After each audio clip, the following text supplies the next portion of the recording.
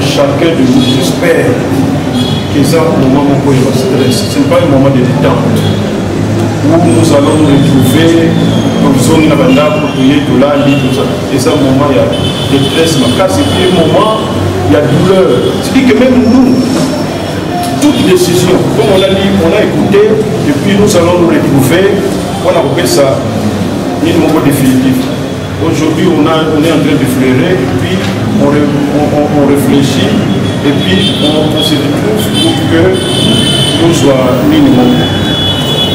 Comme nous demandons toujours dans l'artiste qu'après l'enterrement, pas seulement pour l'artiste, mais ils sont congolais. Matanga, c'est vrai qu'ils ont Matanga, mais tout le monde ne considère pas le Matanga comme Matanga. Raison, d'ailleurs, preuve que quelques minutes après l'enterrement, les gens sont en train de danser, de boire, tout ça. Au fond, nous ne sommes pas directement avec ceux qui sont éprouvés. Au Moissi a bouffé le Moubal, au Maman a bouffé le Moine, au Tata a bouffé le Moine, qui sont éprouvés. Dans ce pays, quand nous rentrons, on réfléchit et puis on trouve un compromis. C'est vrai, nous sommes des artistes, comme nous sommes là, mais est-ce que nous avons la même perception Yamatanga? Est-ce que nous avons la même, j'allais dire, la même douleur? Il y a séparation, il y a où nous en faisons un peu bon, une histoire, peut-être il y a une rencontre, tout ça là, on ne sait pas. Bon, non, il faut que nous mais là, dans ce pays, quand nous allons conclure, parce que quand nous disons même que durer, déjà, nous poussons, mais durer, il y a pour supporter douleur, tout si les savons qui, ou bien de prolonger parce que nous pouvons continuer à soutenir. Et puis surtout prolonger parce que nous pouvons facilement soutenir, mais les autres là, il y a premier degré. Pendant que nous continuons à dans ma BD, bon, madame, je n'ai pas encore vérifié ce qui tribu à Moubali, le système, il y a Moubali, moi c'est à Koufé Moubali, je n'ai pas pu vérifier. Mais ce qui est sali, nous allons tenir compte quand nous allons délibérer.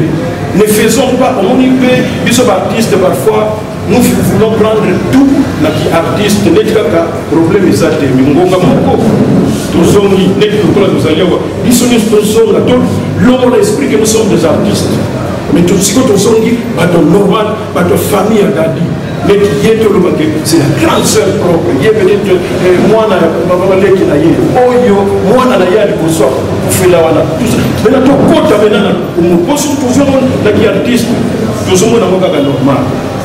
donc,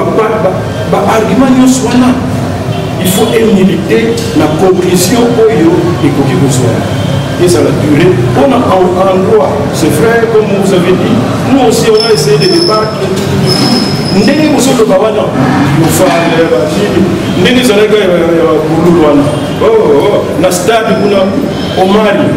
Avant-hier, ceux qui va rencontrer le stade doit être fermé. Déjà, je crois, à partir de cette semaine. Donc, nous avions déjà exclu Ninoana. D'abord, le salle du Sotoba, c'est enclavé. Et l'espace, il y a Ninoana, triomphal. Si c'est une activité, il y a jour, de routine à morgue. Il est midi, 15h, et puis 17h, nous allons enterrer. C'est plus facile que depuis Toyaki, on a 11 heures pour exposer. Moi, il m'a c'est vrai, bon. Et puis l'homme Tongo, avec cet espace là, on a encore des clôtures. Est-ce que à cause de la difficulté, de temps, tout ça, mais là-bas, quand quelqu'un, surtout pas mais c'est ça un argument qu'on a pu analyser pour que ceux qui vont vendre, esprit n'a pas et ça n'a pas de temps, et ça n'a pas de tout ça. wana nazopesa kaka baargument oyo epesamaki avant que bino oya kopesa susu baargument et ce qui va nous donner encore l'occasion ya kodélibérer. Pour le reste, je crois que nous sommes ensemble pour que tout mes cas pour réussir matanga. La soie bisabino biloko ezalaka ya ba gouvernement ya ba médaille mama iwaso asala soki combien de temps wana nani médaille wana diyaka soki ekobima ebimi soki peut-être après papa lufwa oyo asala nini ya stade ya fikiri mbunda akufa depuis tokomi soki bientôt akokisa un mois po l'état nde ifwa akunda ye disikoyo bino moko sikobozala na famille en fait tozala na famille ya bato wana bazelaka mbongo ya l'état tout ça parce que bazoluka lokumu ya l'état tout ça. Il y en a qui trouvent ça normal. Mais oui, ça va approcher et puis nous devons faire un effort là-dessus. Ben Niamabo, grand musicien, à Sala Shock Star, à Sala Magasin, pour l'axe de musicien, Scar Baomo, tout ça, tout. Il a fait 52 jours de mort. Pourquoi? Parce qu'il a toujours mort au gouvernement. Et finalement, on a décidé, parce qu'on a dit dans le gouvernement, et on a décidé à condamner sans bon gouvernement. Ne croyez pas que peut-être que l'eau comme on veut échapper, mais sur base, il y a analyse, il y a pas fait réel que les choses soient bannies. Quand on parle du peuple, on parle de parce que même la famille n'a pas dit ça, parler du peuple, parler du peuple, parler du peuple. Nous sommes arrivés, c'est encore dans le protocole d'État. Pour pleurer, comme encore une fois, c'est un problème d'État. Problème d'État, c'est pour côté encore, jour au côté, mais jour au bima, rivalité. Et puis, quand on peut le voir, comment FCC catch, ce qui est que nous pouvons la FCC, c'est une cage ou la cage, tout ça, il y a un exemple, 52 jours dans le monde. Donc, sans minimiser, mais notre souci est que ma caméra normal, c'était bien. Mais sans trop chercher, compliqué, mais c'est tout le monde qui a la réponse pour les alsoutés. On a délai, je venais de dire tout à l'heure. Aujourd'hui, nous sommes dimanche. Et comme la famille, on s'était déjà dit d'accord, tout ça, Bacu à presse, même Bacu, écran, tout ça. Et puis la population est très curieuse. Parfois, comme on dit, beaucoup dans un retard, parce qu'il y a déjà que le programme est ça. Donc, ne nous soucions pas du temps. Oh, il y a le temps. Pour tous ceux qui ont la témoin de Jéhovah, le même jour, on a tout ça,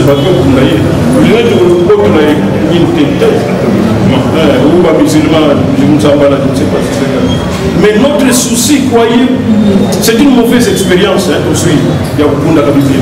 l'expérience en gros, et ici quand même, tout ça. On sait là-bas, il faut que la c'est une petite expérience, bien que malheureuse. Donc, Nakanisi, rencontre Django, Izalaki, très important. Maintenant,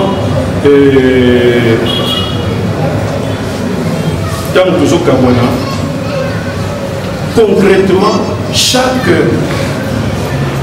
structure, même en aparté, on a besoin de monnaie. Contribution à biso, participation à biso, na matanga et vous savez la méthode na biso oui. Autant là comment pour ça la carte baraka. Là on est d'accord, il n'y a pas de problème. C'est comme on a dit, tant que vous Kamanawa, même en apartheid, au Katabiso, on note ça. On note ça. Et on va réfléchir pour dire, ah, vous avez dit que Nini, mais vous ne trouvez pas que ça peut commencer à partir de la place où vous et comment vous. Ah bon, ok, ça va. C'est question seulement de se mettre d'accord. Partout, il y a des gens qui se retrouvent pour débattre d'un problème, solution et soit manquable. Donc, vous pouvez vous rassurer que nous sommes ensemble, il n'y a pas de compétition à faire. Et comme on a toujours dit, nous sommes à des moments, vraiment, il y a madame Outé, Oyo, Baklaba, il ne faut pas éviter que soit orientation, il y a pour ça la polémique inutile. Le moment n'est pas prêté. Donc, sinon, nous voyons dans la même direction. Pas souci. Mais ce qu'il faut, c'est d'essayer de résoudre cela lorsque nous avons la même vision.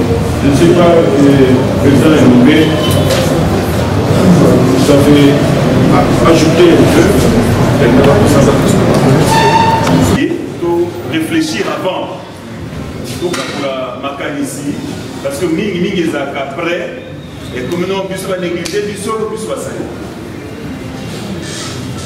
Nous sommes une famille. Nous sommes une famille.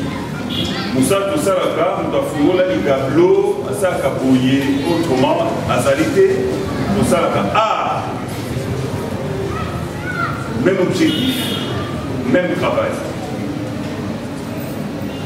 Par rapport à l'inquiétude que vous soulevez, lobby, de soulever la famille, une commission a été mise en place. Commission côté artiste, coordonnée par le président Massoumou, nous avons Moutouakala, nous avons Christian Petit, Papa Koba, Azali, comme élément de réserve, côté comédien. Et côté la famille, nous avons tante Yadadi, nous avons coordonnatrice, suivie à Vincent, Ognenius Boyebi, Azali, jeune frère Adadi, comme coordonnateur adjoint de la famille, on a 2 autres membres de la famille. C'est cette équipe qui ce soir déjà, Bazo Sanganaba, la grande orientation, la démarche lobby. Par rapport, il y a place. Par rapport, il y a des marches Nyonso et mardi, tant que beaucoup de comédiens, on fait ce rapport. Parce que même une cas, c'est à titre provisoire. Parce que, dans une année, nous avons responsable, est-ce que vous allez être disponible vendredi samedi? C'est une proposition. Ils ont d'accord. Comité Wana, commission des lobbies, et vous comme voilà, disponible ou pas. Je crois que toutes les préoccupations, même des commentaires dans le groupe WhatsApp à NTPC, j'ai dû faire pour moi de Bakuna, souci de M. Zaki Dadi, dans le stade des martyrs. Souci de M. Zaki, au cas où le stade des possibilités, foire internationale. Mais, Nafiki, vous voyez qu'il va être sur la corde depuis un certain temps. Nous avons une réponse, nous avons déjà attendu maman Mindondo. Dans le stade, réponse de Zouaki, non, je crois, meeting et UDP Salobi, et ça encore le dernier événement, où vous savez, il y a des travaux à faire conformément à la recommandation à FIFA. Parler du peuple, il y a des démarches à faire. Il y a des démarches à faire, mais ce n'est pas facile. Pas facile. Mais, nous sommes la commission Boussal. Ils ont entre autres, sur base, il y a un projet provisoire, voilà. Réalité, nous avons un terrain, solution, nous avons proposé, trouver bon marché. Mais par rapport à la date, je crois que le président Zaïd clair. On repousse la semaine prochaine pour Nani. Pour Nani. Il y a des enfants, il y a des gens qui sont classés parce que papa n'a pas condamné. Il y a des familles proches, il y a des gens qui sont salatés parce que n'a pas condamné. Je crois, je prends l'exemple, il y a Vincent. qui est toujours dans la Matanga. Mais il a une famille à nourrir. Il voit profit, il faut tout Kunda, parce que la vie continue, n'est-ce pas? Donc, on a besoin de rallonger de l'aide. Alors, fin semaine passée, donc ça, pratiquement 2 semaines. C'est assez pour une famille, pour une famille privée. Il y a activité parce que Bazan est bébé dans tout. Donc pour vendredi, je crois que c'est raisonnable. Tout ça vendredi, tout pour ça. Nécropole a été retenu de façon provisoire. Je crois que vous appelez définitif. Tout pour la nécropole. Le reste à détail. Commission Madame Lélo déjà. Oyo, vous allez sur le terrain demain. Mardi, on peut s'aviser, comme je vous dis, mardi, pourquoi on peut s'aviser, état et avancement, il y a la démarche. Ça m'a dit que tout est là, on a triché l'association où il y a le président Bogoté, l'unité. Jadi, Azan Moutavi Sengo. Donc, trahir hier, celui qui a obéi à mon boulot, dans l'organisation, il y a maintenant un Dadi. Parce que, Azaki Moutavi Sengo, Azaki Moutavi, il y a vie. C'est trahir. Quand il y a une initiative, vous besoin que vous soyez présent, réunion avant et continuer. Président, c'est quoi le retard? Je crois que les Libanais ont fait une réunion sur. Donc, on a dit, dans le respect, dans l'unité et baptiste, tout c'est honneur. Réunion à lobby de la famille. Parce que mon image avant-hier, un groupe de comédiens a été reçu par la première dame, maman Denise. Hier, nous avons par comédien pour la réflexion sur comment tu peux pallier la vie de comédien. Surtout quand on passe ces soins de santé. Nous en attendons que ça va check-up parce que ça coûte cher. Nous en attendons qu'il y a un hôpital approprié, spécialisé parce que ça coûte cher. Nous en avons beaucoup en attente. Mais si on peut réfléchir une forme mutuelle de santé, de sorte que tous on a pris en charge avant que nous autres déjà, il y a au menu, il y a des choses de la maman et à cette occasion, nous glissons qui est Makamouya, Yuwa, tout ça dans le monde. Voilà, maman, le Koufeli. Voilà comment tout ça, les programmes provisoires. Il y a peut-être un moyen de dire que maman au lit face à Rabino Mingi. Mais, pour avoir fait un peu moins d'angai, un artiste on a un Mingi, parce que à n'importe on a la comédie, on a biso Mingi, on a bino nyoso.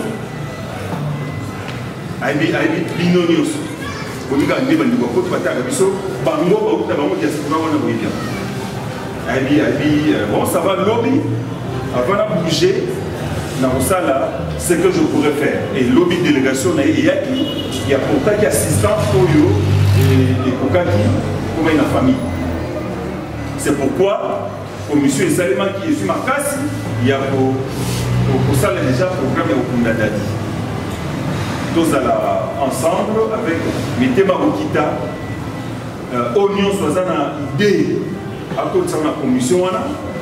Je crois que la commission a été peut-être quelques membres de la famille vont éviter, Vincent Boébié, Moutokala Boébié, sans parler du président. Oh, il y a une idée constructive pour la commission. Internet, c'est ça, ici, quand on a pu régler le problème télé. Ma déclaration de presse est ça, ma solution au problème de la sauté. Puisque tu es banni, puisque tu es solo là, puisque tu es ensemble, pourquoi ne pas poser le problème parmi nous, toute la solution? Internet est ça, tribunalité, Internet est ça, terrain et règlement de conflit. Je crois, nous sommes pour me répéter un peu, aux commissions de la commission, et à l'organisation. Ezala Obabaka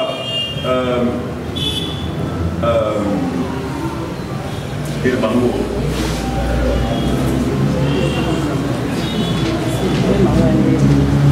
Dans la terre avant after mortem. Donc Simaya Mukunda. Qu'est-ce qu'on va faire? Je crois, nous sommes dans la commission. C'est vrai, présent, nous avons une expérience à ma pays. Mais tout ça pour nous. Parce que l'UA est allé, nous avons un rotama. Donc, nous avons un cas. Moi, je suis au moins, tout le monde a zéro. Mais pour faire tout, tu as koufi. Tout ça, nous avons pour te faire n'engagner tout pour les dignement. Ceux qui par le passé, et le pour les quitter, les lots, tout ça, nous avons tout pour ça, et c'est la vie. Ceux qui t'ont coupé dans les qui, tu penses le fait du corps de salami, moi, mais comment cette fois-ci, tu vois ça là que tu as au moins un cadre où le président a offert à Bissot, dans la réunion à Bissot, tu as gratuitement. Est-ce qu'on ne peut pas s'organiser sur base de la réflexion, il n'y a pas là. Que bon, tu tombes le corps, tu pays, tu te c'est le pays. Mais aussi, même que ce soit Panzana Bongo, c'est sur base de mauvaises expériences en termes de visa. En termes de visa, il faut que ça va te bêler. Parce qu'après, les faits, il faut que tu aies un peu de na bateni moko esengela kite efingisaka biso. Mais je crois que le chambre de matanga les attitudes ya mawa o akufi azali ya biso o ya akufi azali biso to ya ka démonstration ya bilambate to ka démonstration ya bozuité to ka kabula mawa parce que akufi azali biso ya onde continuer to la dadi na attitude wana ya tristesse parce que nous avons perdu un élément ya makasi ya mnene. Ce n'est pas par complaisance. Déjà, terrain à Sosa Oyo, na maman ya Kasavubu, Banda fait qu'on fasse clôtura yango en dimension événementielle. En dimension événementielle. Et puis on a dit bon côté nous sous ma été, ma part côté nous sous koye, kakanaka de Koukaketo tiens les sika ya bien. Les sika bien. Nous avons pensé même à quoi qui pas de ça qui non c'est pas de ça qui nous mettre au début na miséricorde tout le monde les a manqué et pas tout les libères nyamabo na salle kofi les a manqué nous sommes les a manqué par rapport à Imka qui est un stadium il y a basket les a manqué mais Imka on se disait bon au cas où tu as une mieuxté ceux qui population bloquée à venir Kassafou va comprendre que l'oiseau qui est né là, Azam Mouné à venir Kassafou et Kangami, et bah camion monte sous les quotas au Kokabaka et Éthiopie, ils s'en prendront à eux-mêmes. Ça c'est dans le cas où nous sommes mieuxtés. Mais sinon, votre commission a milité pour que tout ceci va bien, pour que la DADI bien. Et toutes les idées, on peut ça dans la commission pour que mardi, to mélanger, mercredi, tout ça, mercredi, pour que ça, tout ça, jeudi, pour que vendredi, pour que ça aille dignement. Je crois que ça, merci. Ok, on a ici, c'était une très bonne chose que je le trouve pour que tous mes gradués soient là, pour nous partager ma préoccupation. Tout cela pour que ça nous aide à améliorer. Parce que mon œuvre, mon passage, la faille est sans gâter. Mais ce qui est plus important, il y a relié la faille en haut pour ne plus y revenir, tout en sachant qu'on ne sera pas parfait. Mais il faut avoir le souci toujours de faire mieux. Donc je pense qu'on a dit l'essentiel. Mardi, nous allons nous retrouver ici. On a par point million surtout. Oui, vous savez que nous sommes à Yébaïo pour que madame encore une fois, merci.